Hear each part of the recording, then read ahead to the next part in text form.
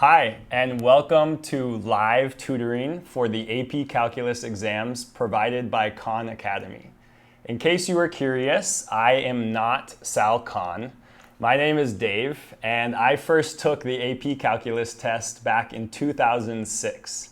And before joining Khan Academy, I was an AP Calculus teacher. So I'm really looking forward to spending about the next hour together practicing a range of multiple choice and free response questions. Know that the test is right around the corner on May 9th, and so we hope that this tutoring session will be as helpful as possible. And today we're going to go in depth on one topic, analyzing graphs of functions and their derivatives. This is a topic that's on the AB and BC test, so it should be helpful for anybody taking an AP Calculus test this year, but the items that we'll look at all come from the AB exam. Good news, you will not need a calculator to work out the problems today, but I do recommend that you have something to write with and a piece of paper so that you can follow along as we go.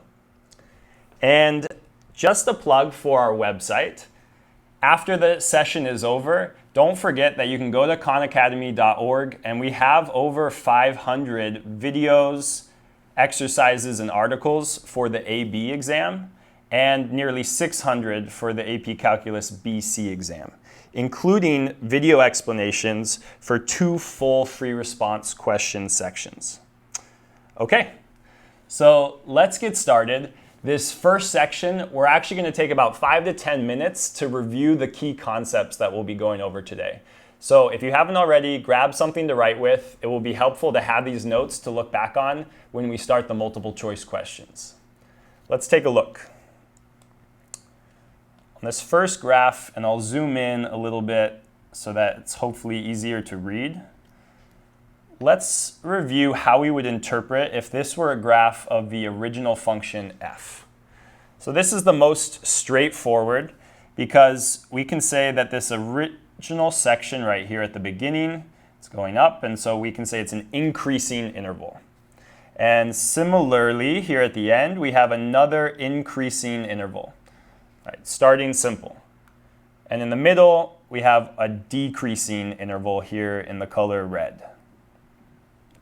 What else can we conclude when we're looking at a graph of the original function f? Well, we can say that this point up here at the top is a relative maximum. It's the highest point in that section of the graph. It's a relative maximum. And down here, opposite, we have a relative minimum. Relative minimum. What else? Well, if we look at the curvature or the concavity, this first section of the graph right here, we can say it is concave down. Concave down. And maybe it's a little cheesy, but I like to write it like this instead of the letter N, to remind myself that that section, any part of general parabola shape in that part is concave down. And up here, we have concave up. Concave up. Again, I can use a curve instead of the letter U. And last, this point in the middle where the concavity switches, it looks like it's the origin on this graph, is our point of inflection. Should be a familiar term to you by this point in the year, but we'll label it as our point of inflection. So on this graph, it's the most straightforward. When we're looking at a graph of f, what you see is pretty much what you get. You can interpret it literally. But now we're going to take a look at a second graph. And it will look exactly the same at first, same shape. But this time, we're going to label it as f prime, graph of the first derivative of f. How would we interpret this graph? Well, now we would say that up here, where f prime is greater than 0, that gives us information about the original function f. It tells us that the original function f was increasing during those intervals. So even though this section, if we look at it visually, is decreasing. Because this is a graph of f prime, that tells us that the original function f was decreasing in that interval, or was increasing in that interval. And down here, we have the opposite. We have f prime is less than 0. And we can say that that means that the original function f was decreasing. All right. What other information can we identify from this graph? We've got these interesting points where we have a transition in between a negative f prime value and a positive f prime value, or vice versa. And so let's think about this first one right here. That's where the original function f switched from decreasing. So we're visualizing it down here. It was decreasing. And then we had a moment where it hits a slope value of 0, and then it switches to a positive value of f prime and starts increasing. And so that moment where we had a transition is our relative minimum. Our relative minimum right there. And there's another point on here that also appears to have that same characteristic. It's this last one over here, another relative minimum. I'll abbreviate relative min. But our middle point is the opposite. It actually switches from f increasing, a positive value of f prime, to decreasing, a negative value of f prime. So that point where it switches from a positive value to a negative value is our relative maximum. And it looks like we have a question coming in from YouTube asking about the difference between relative and absolute minimums and maximums. We'll get into that difference later as we look at the free response questions, but the short answer is that a relative maximum is the highest value within an interval of the function, but it may not be the highest value overall. There could be an endpoint that reaches a higher value. Okay. So now we've looked at the graph of f prime, and we've also looked at the graph of the original function f. We'll finally look at a graph of the second derivative, f double prime. It'll be the same shape. We'll see what information we can find from that graph. Let's take a look. Here we go, f double prime. I hope you're able to record this at home on a piece of paper so that you can look back on it.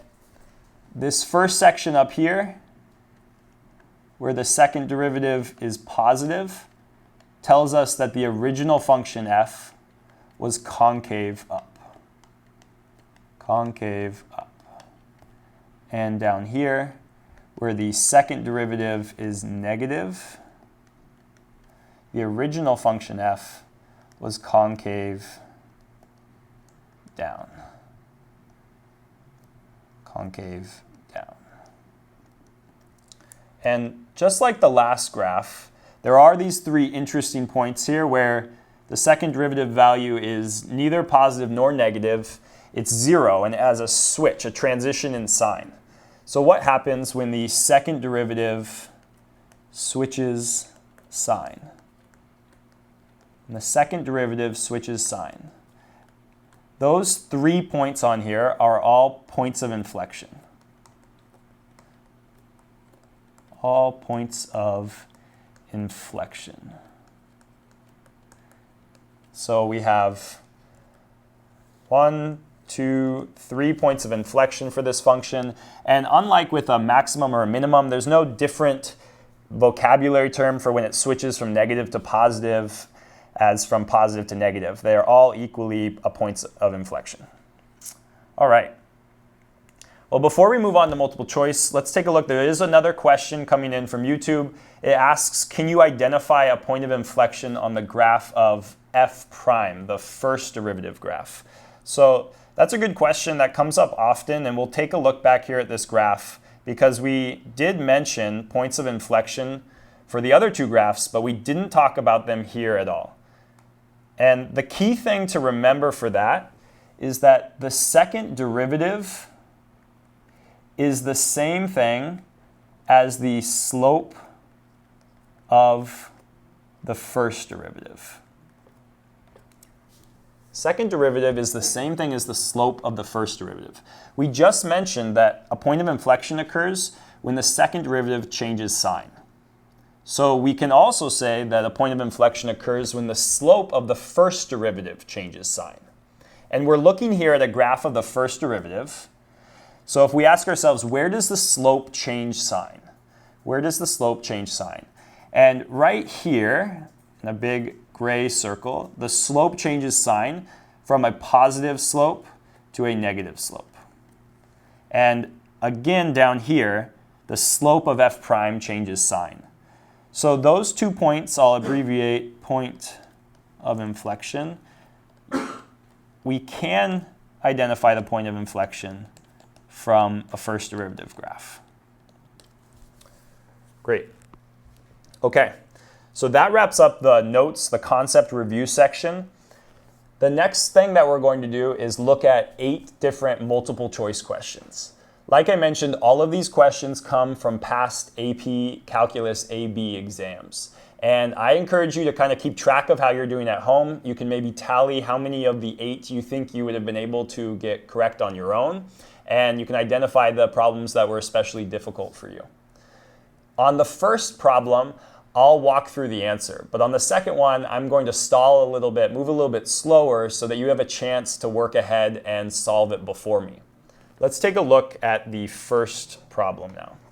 This is from the 1998 exam, before most, if not all of you were born. And let's read the problem. The graph of f is shown in the figure above. Which of the following could be the graph of the derivative of f? Well, before we even look at the answer choices, I'm going to zoom in on this original graph, and let's think about what we know the derivative graph would need to look like. So this first section here is increasing. F is increasing. And that tells me that the derivative graph will need to have a positive y value. The graph of f prime will need to have a positive y value in that section. So I'm going to create this little blue box right there telling me that it will need to have a positive y value.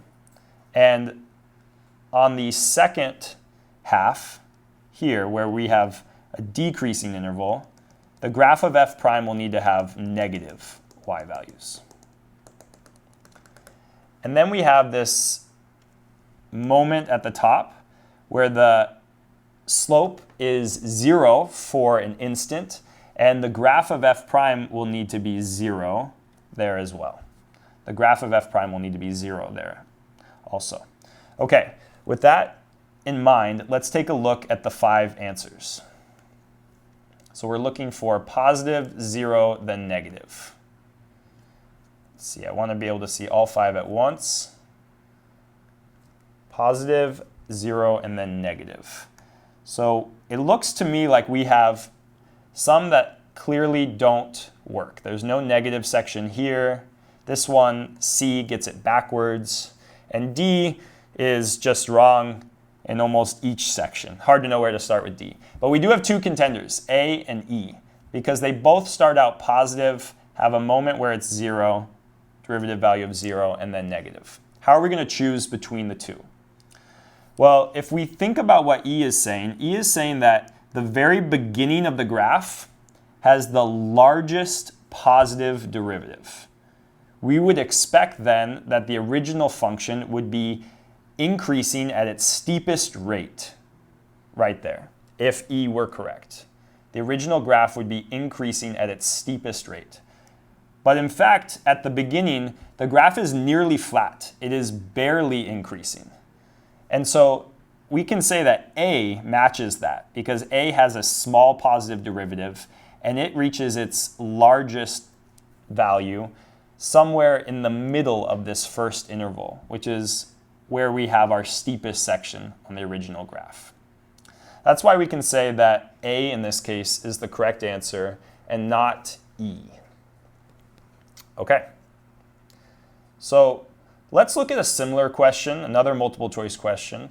And this time, like I mentioned, I'm going to read it a little slower. It's It's intentional. I'm trying to give you time to solve the problem on your own and see if it makes sense to you.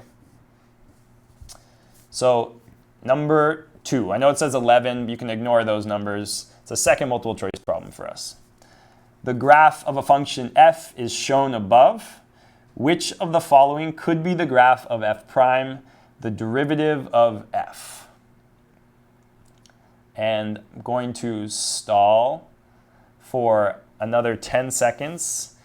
If you don't have something to write with, at least say in your head which letter answer choice you think is correct, or you could type it in the chat box.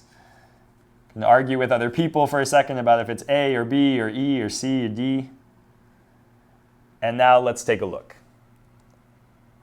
Well, the first section is increasing, positive derivative value. The last section is also increasing, positive derivative value. The middle segment is decreasing. So it should be a negative y value on the graph of f prime. If I look to see which answer has that same setup, only answer choice B matches that one. And in this case, answer choice B is correct. So how did you do? Were you able to get that one no problem? If so, great job. If not, there's plenty of other practice problems like this on our website so that you can get the hang of it. You know, the AP Calculus test, one of the nice things about it is it's pretty predictable what types of questions are going to be coming up on the test. And so you will be very likely to see a question that connects the graph of the original function with the derivative. And I hope that when you see it, you'll approach that question with complete confidence. Let's take a look now at a slightly different type of multiple choice problem.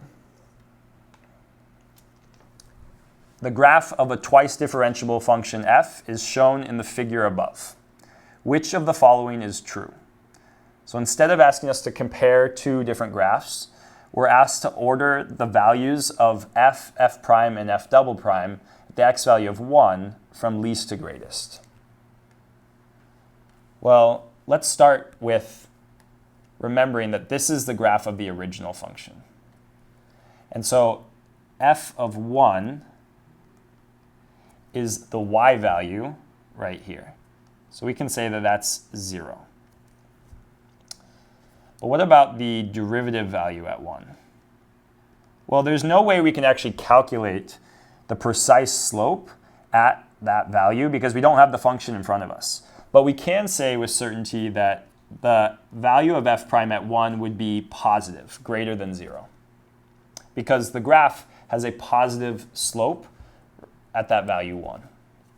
And second derivative, we also can't calculate the value, but we can say that this graph is concave down. Remember, it's part of a general N shape. It's concave down, so it's negative at that point.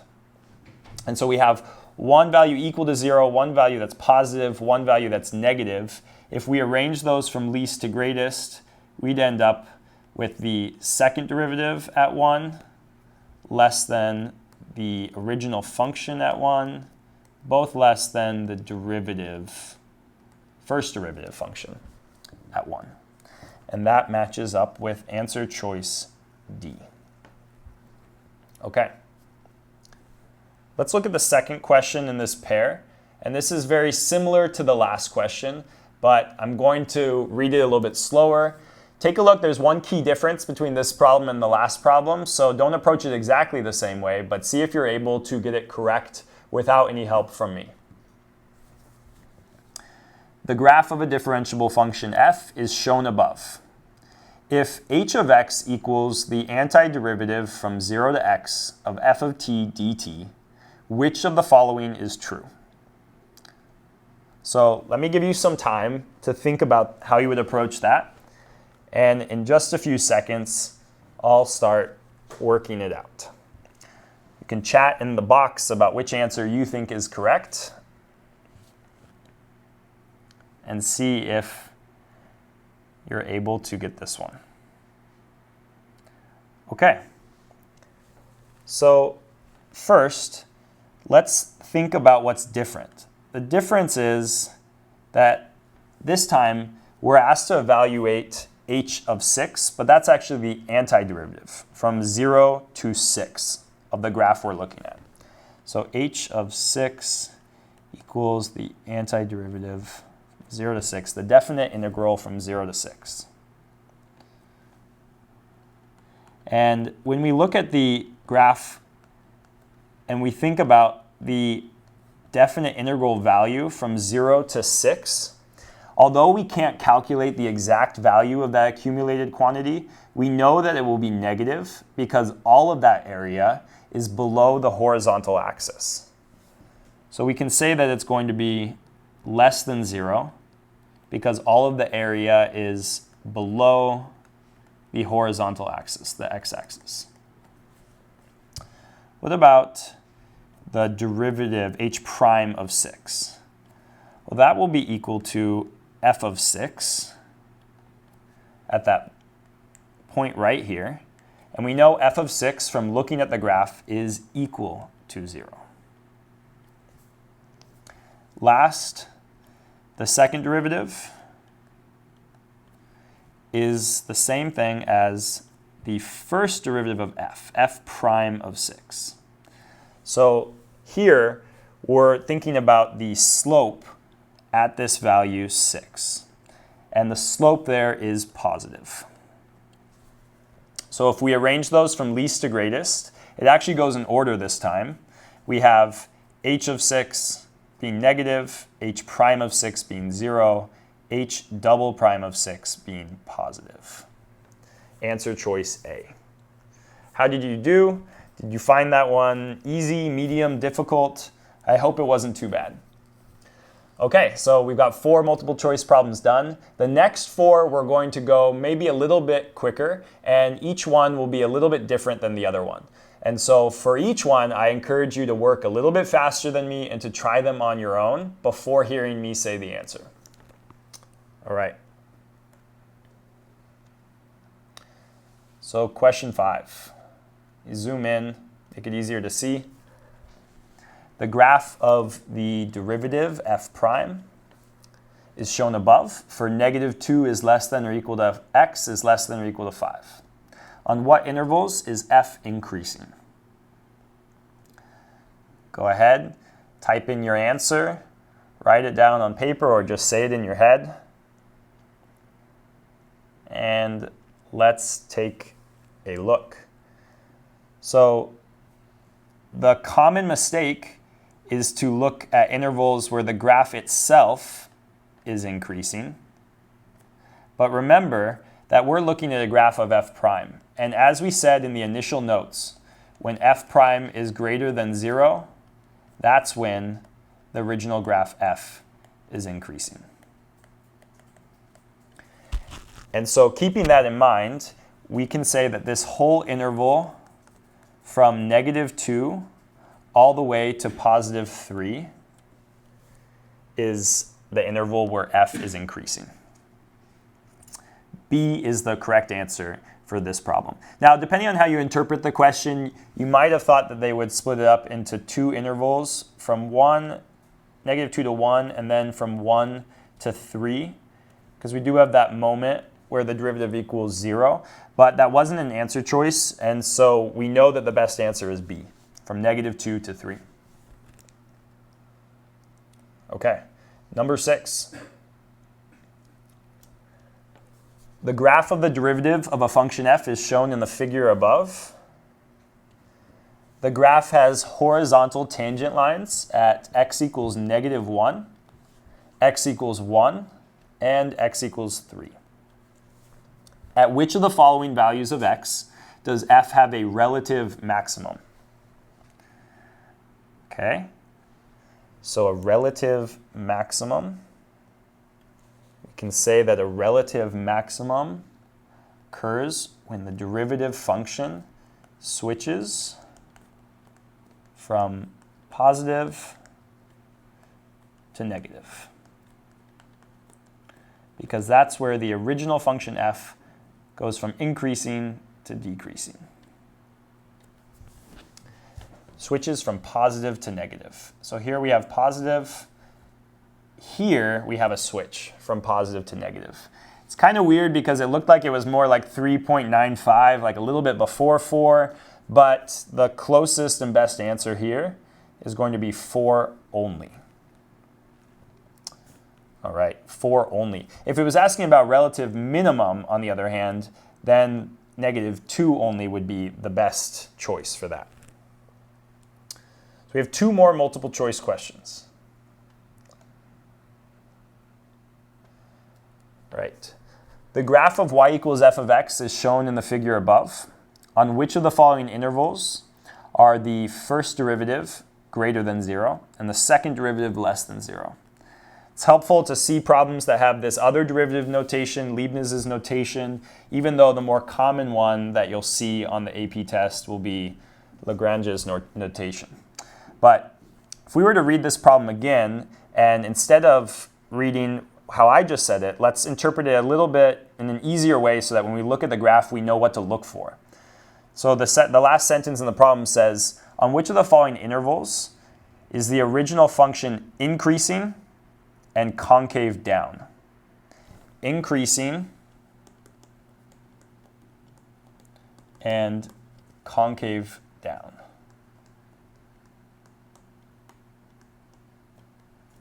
Okay, so we can tell clearly that the graph is increasing here from A to B and from B to C. And then we can also say that the graph is concave down from B to C and from C to D. And the only section, the only interval where it is both of those two things, increasing and concave down, is the interval from B to C. And so because it needs to be both, we have that conjunction and in there, we're going to select 2 only for this problem. All right. Now I know there's a lot of questions in the comments asking about other topics, whether it's related rates or optimization or Taylor series, and all of those are concepts that we would love to review, but given just 1 hour, we're going to focus on graphical derivatives. And so when the hour is over, go ahead and look up those topics on Khan Academy to watch the videos and exercises that we have related to the AP material for those concepts. Let's take a look at one last multiple choice question.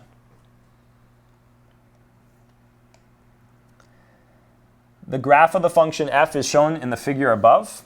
For which of the following values of x is the derivative f prime of x positive and increasing? Positive and increasing. So f prime of x positive, that means that the graph that I'm looking at should have a positive slope. Positive slope, so that would be here and here. So it's either going to be C or E. But f prime of x needs to be increasing. That means that the second derivative is also positive. The slope of the value of f prime is positive. And so that would be where the graph is concave up. Concave up would narrow it down to just point E. At point C, we are concave down. Answer choice E for that one is correct. This one actually, a small percentage of people got it correct on the actual AP test. It appears simple at first, but recognizing that f prime of x increasing is referring to the second derivative and being concave up was the key reason, I think, why a lot of people mistakenly got this question wrong. Okay, that wraps up the multiple choice section. So there were 8 problems. I hope you're able to tally up how you did overall on those 8. And I hope that you have more confidence when you see problems related to graphical derivatives on the upcoming test. We now have time to go over 2 free response questions, and we'll actually be writing out full answers here so that we can see how we would have scored out of the 9 points available on a free response question. So let's take a look at the first free response. This is from the 2015 exam 2 years ago. The figure above shows the graph of f prime, the derivative of a twice differentiable function f, on the interval from -3 to 4. The graph of f prime has horizontal tangents at -1, 1, and 3. The areas of the regions bounded by the x-axis and the graph of f prime on the intervals -2 to 1 and 1 to 4 are 9 and 12 respectively. Part A. Find all x coordinates at which f has a relative maximum. Give a reason for your answer. So I don't know how you all compare to the students I used to have, but many of them, when we were doing practice problems, would say, oh yeah, I don't know how to give a reason when it's an actual test, but in these practice problems, I'm just going to write my answer. But for today's tutoring, let's actually practice writing the reason we would provide for the test so that we can see if the language we use would meet the AP standards. So a relative maximum, give a reason for your answer.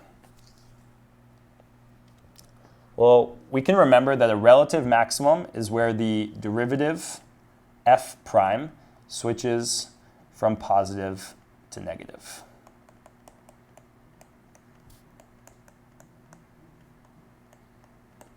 And that, on this graph, occurs at -2.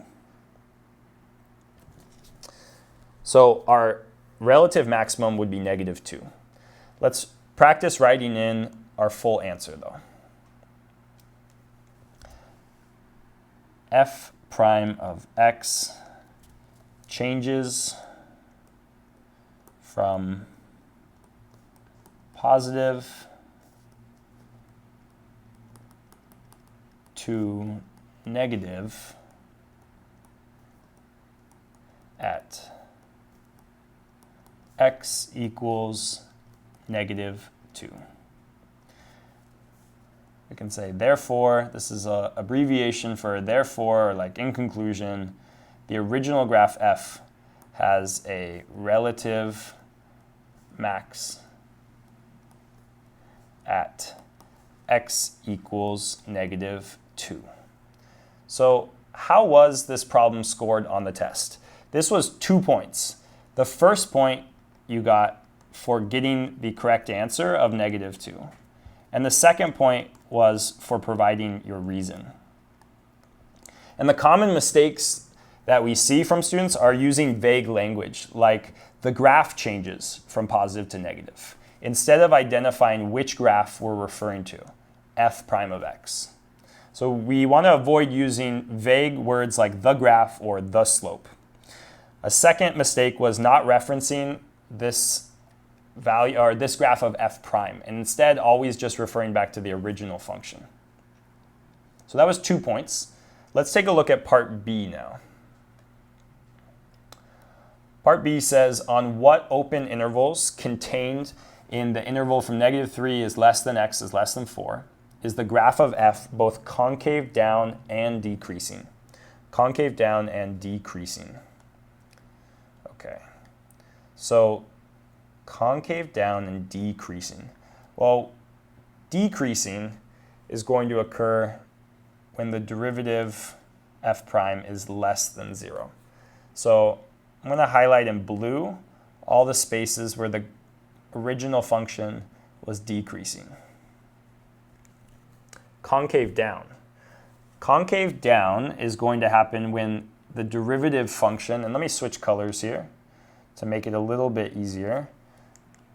Do gray.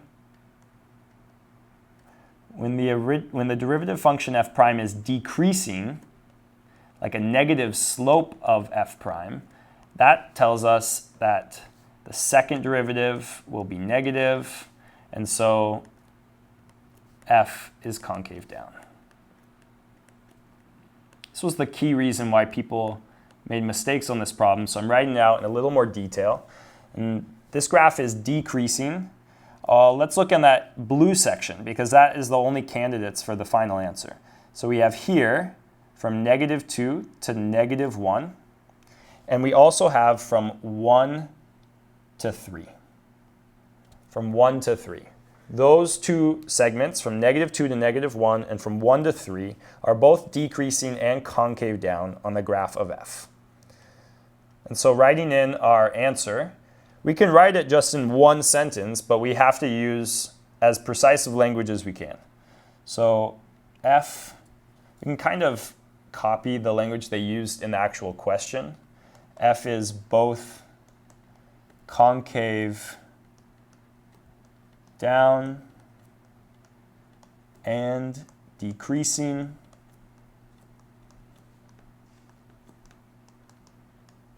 F is both concave down and decreasing on the intervals. And we saw them right above. It was from -2 to -1 and from 1 to 3.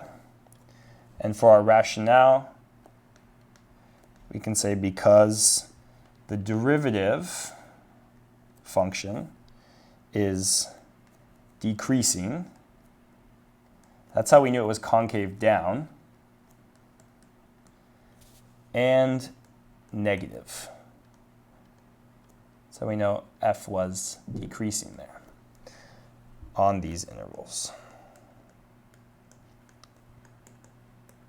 This was another 2-point problem.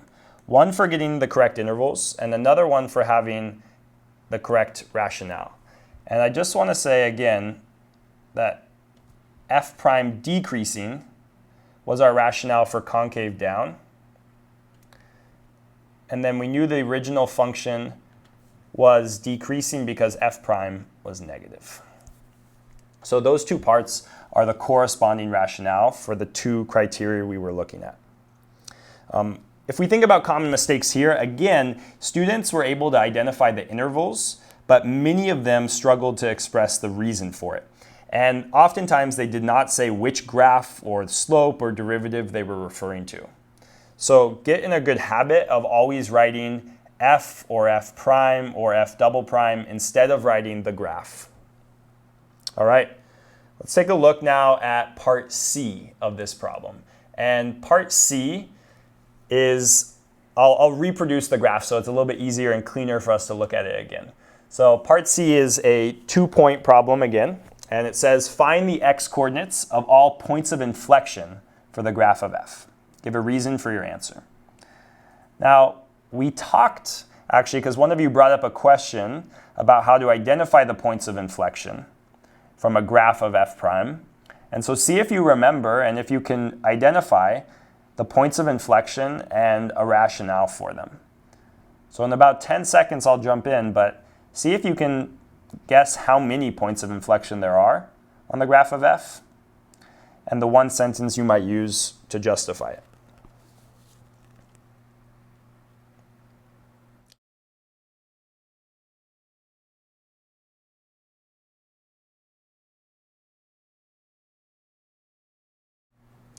All right, so what do we think? How many points of inflection are there going to be? A point of inflection is going to occur where the first derivative graph changes sign. First derivative, and I should say the slope of the first derivative changes sign. That is a point of inflection. We have that in our notes from the beginning of the session. We'll reproduce it here. And that happens at -1. It happens again at +1. And for the last time at +3. So there are 3 points of inflection on this graph. And we can write that here that f has a point of inflection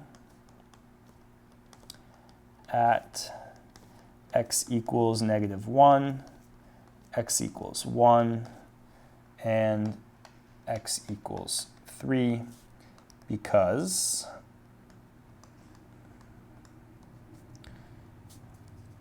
f prime changes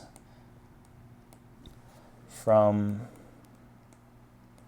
decreasing to increasing,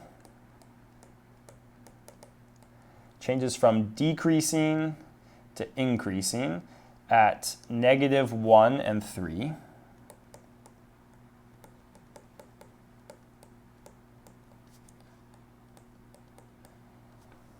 And opposite, we have f prime changes from increasing to decreasing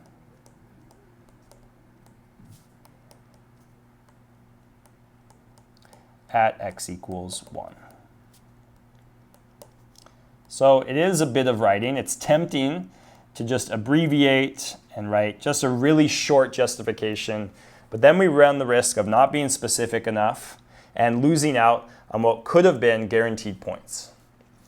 Okay, so there's a part D to this problem, but the part D doesn't relate to the concept we're going over today. Good news, though, is that we do have a video on our website that explains the answer to part D. And so just look up the AP Calculus AB videos, and this is from the 2015 exam. Okay, the last free response question that we'll go over today is from the 2013 exam. Let's take a look. The figure above shows the graph of f prime, the derivative of a twice differentiable function f. On the closed interval, 0 is less than or equal to x is less than or equal to 8. The graph of f prime has horizontal tangent lines at x equals 1, x equals 3, and x equals 5. The areas of the regions between the graph of f prime and the x-axis are labeled in the figure. The function f is defined for all real numbers and satisfies the condition f of 8 equals 4. There's a lot of information. I assume we'll use all of it eventually, but let's take a look at part A. Find all values of x on the open interval 0 is less than x is less than 8, for which the function f has a local minimum. Justify your answer. Well, we've seen several problems, both multiple choice and free response, where we're asked to identify a local optima from a graph of f prime. And so hopefully you're becoming really confident on how to do problems like this. But a local minimum, as a reminder, occurs when f prime switches from negative to positive.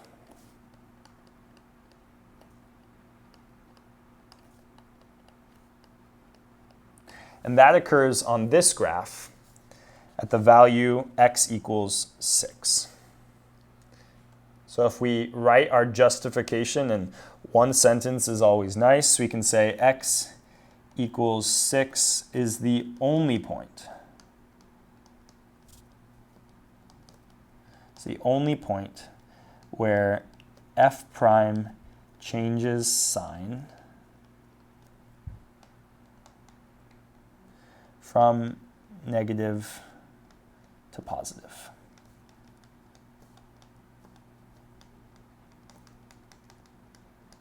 So f, the original function f, has a local minimum. We want to directly answer the question they asked. F has a local minimum at x equals 6. This was just 1 point out of the full 9 points. So you had to get the answer and the justification to get the 1 point. Oftentimes, the first part of a question is the quickest, and so we want to get through it so we can move on to the other parts of this problem. Okay, let's take a look at part B then. Part B says determine the absolute minimum value of f on the closed interval from 0 to 8. Justify your answer.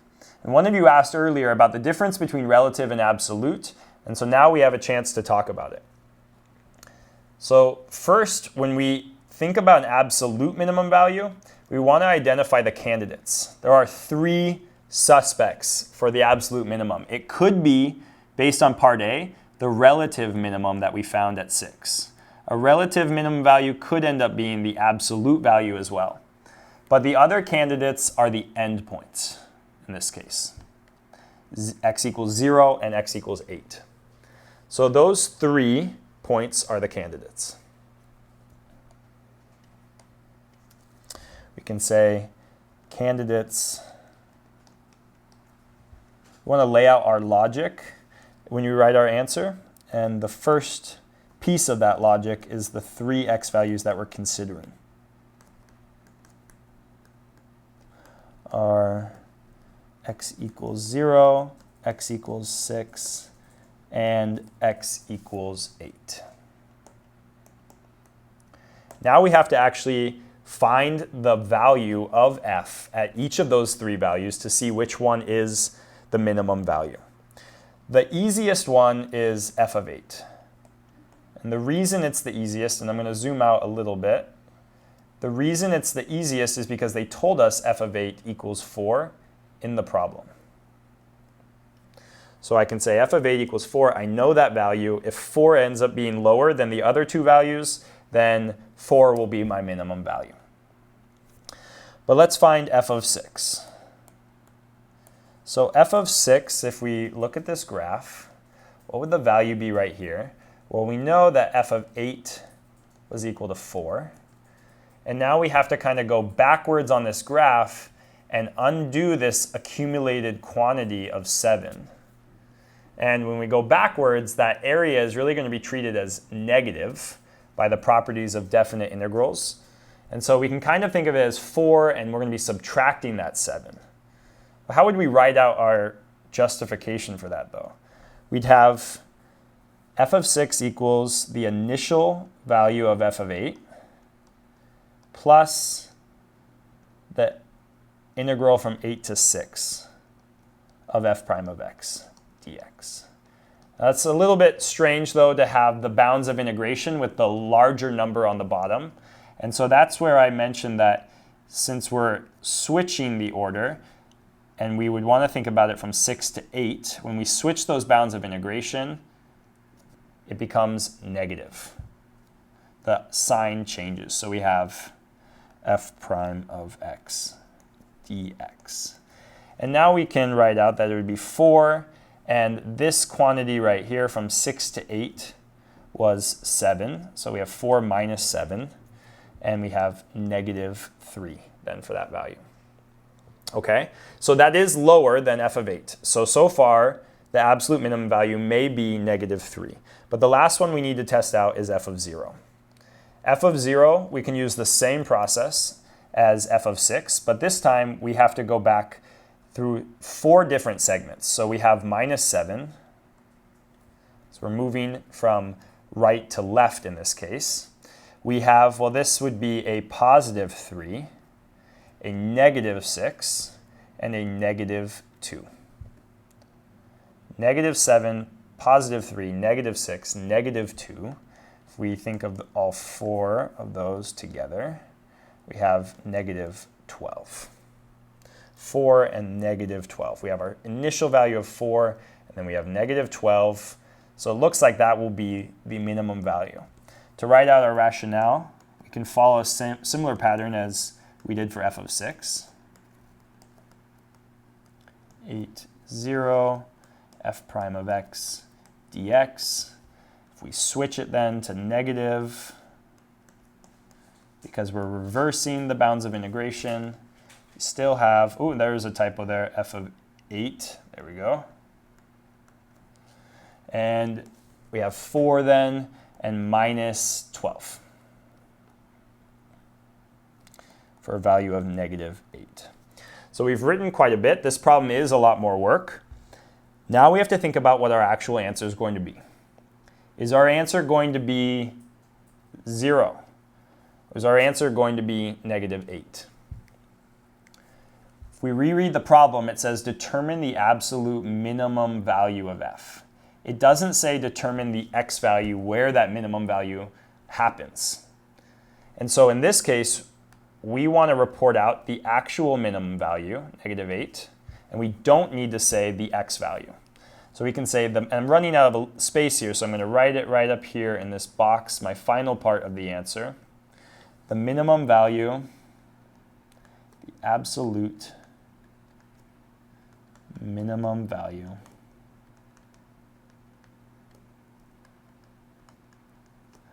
on the interval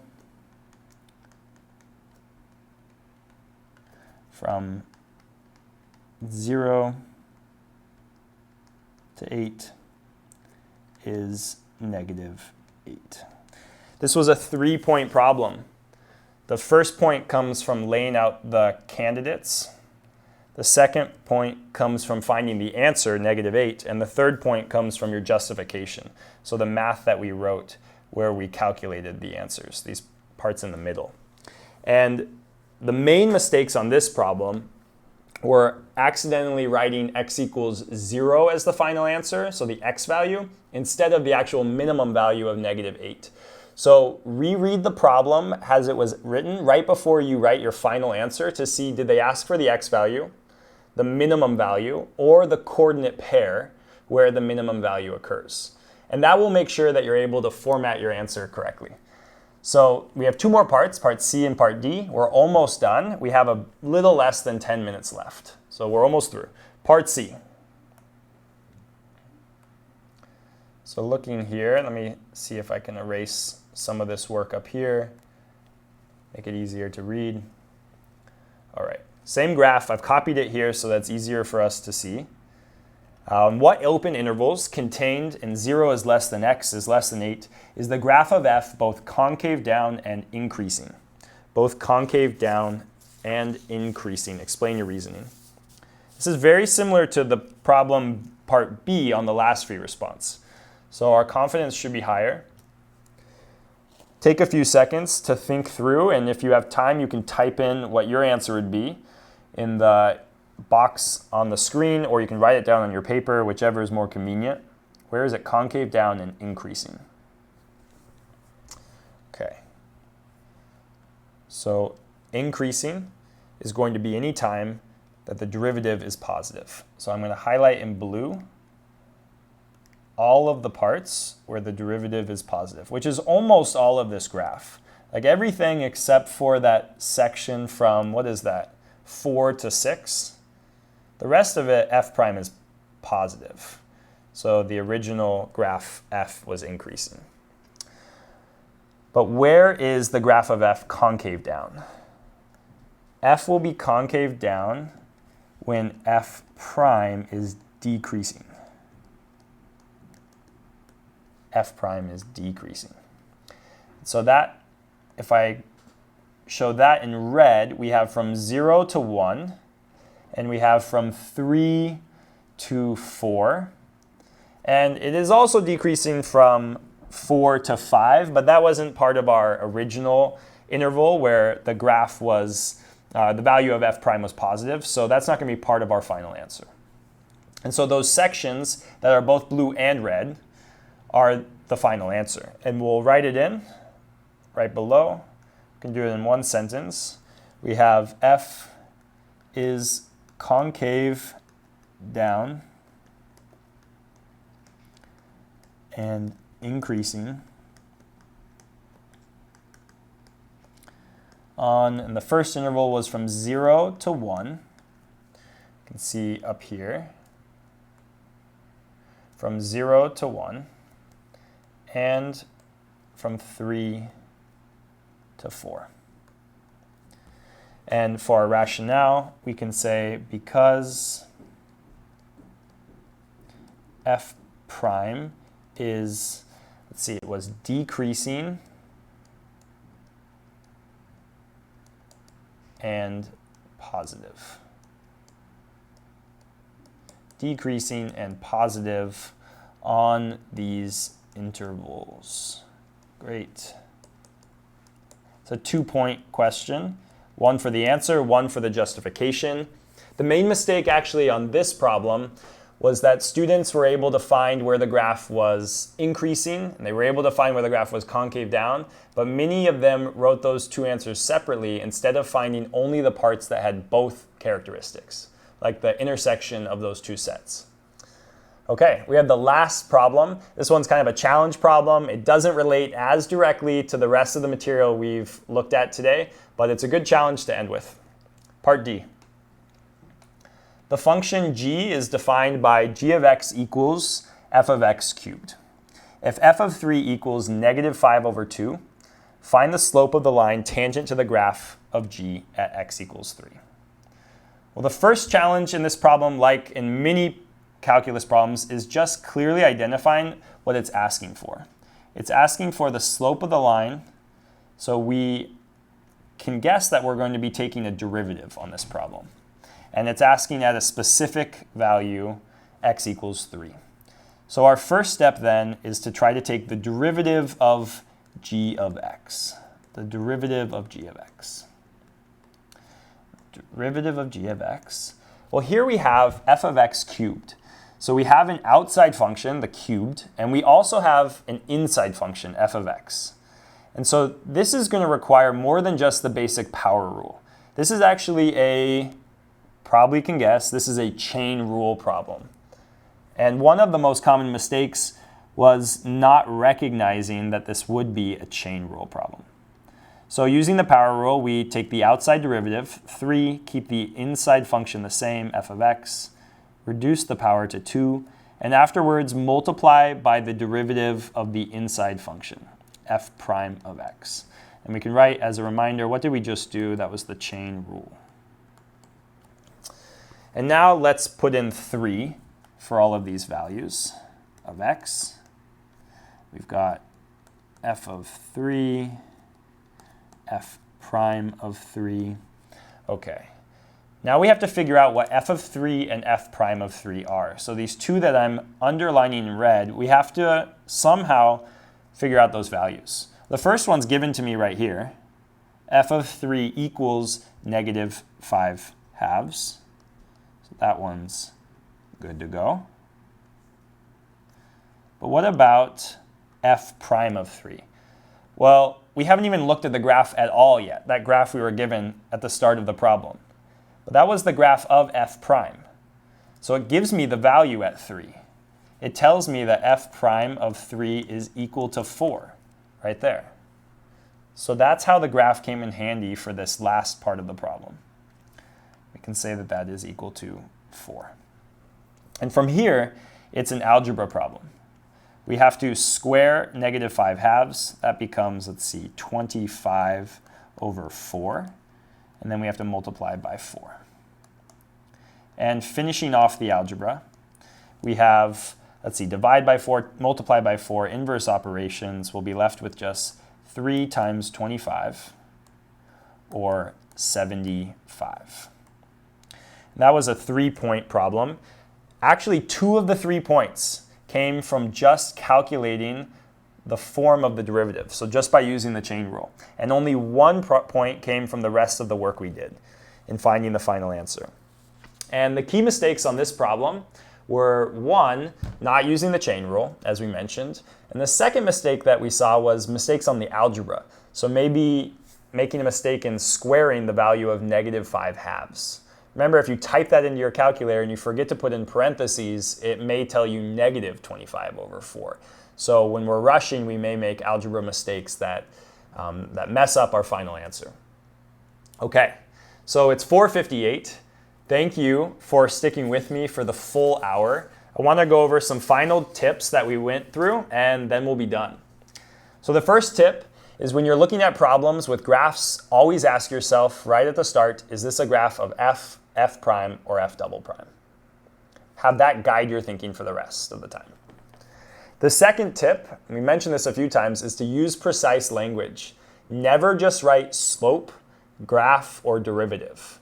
Instead, always replace it with something like the slope of f, or the derivative of f prime, so that the reader knows exactly what you're talking about, since they won't be there to ask you any follow-up questions. The third one is beware of the difference between positive and increasing. And we've used both of those terms frequently throughout this hour. And so it was kind of a good reminder that they mean different things depending on which graph we're looking at. And last is to analyze the original graph before you take a look at the answer choices. And that will help you more quickly eliminate wrong answers. Now, just to make you feel a little more confident, that last problem we did was 9 points. On the AP test, the average score was just over 2.5 out of 9. So even if it seemed difficult, and even if you think I would have only had 3 or 4 points on that, you would have still been above the average AP test taker. All right. So that's all we have for today. Thank you for joining. Don't forget to check out our website, Khan Academy, where you can do hundreds of more practice problems and watch other study videos. Keep up the effective practice. I wish you the best of luck on May 9th.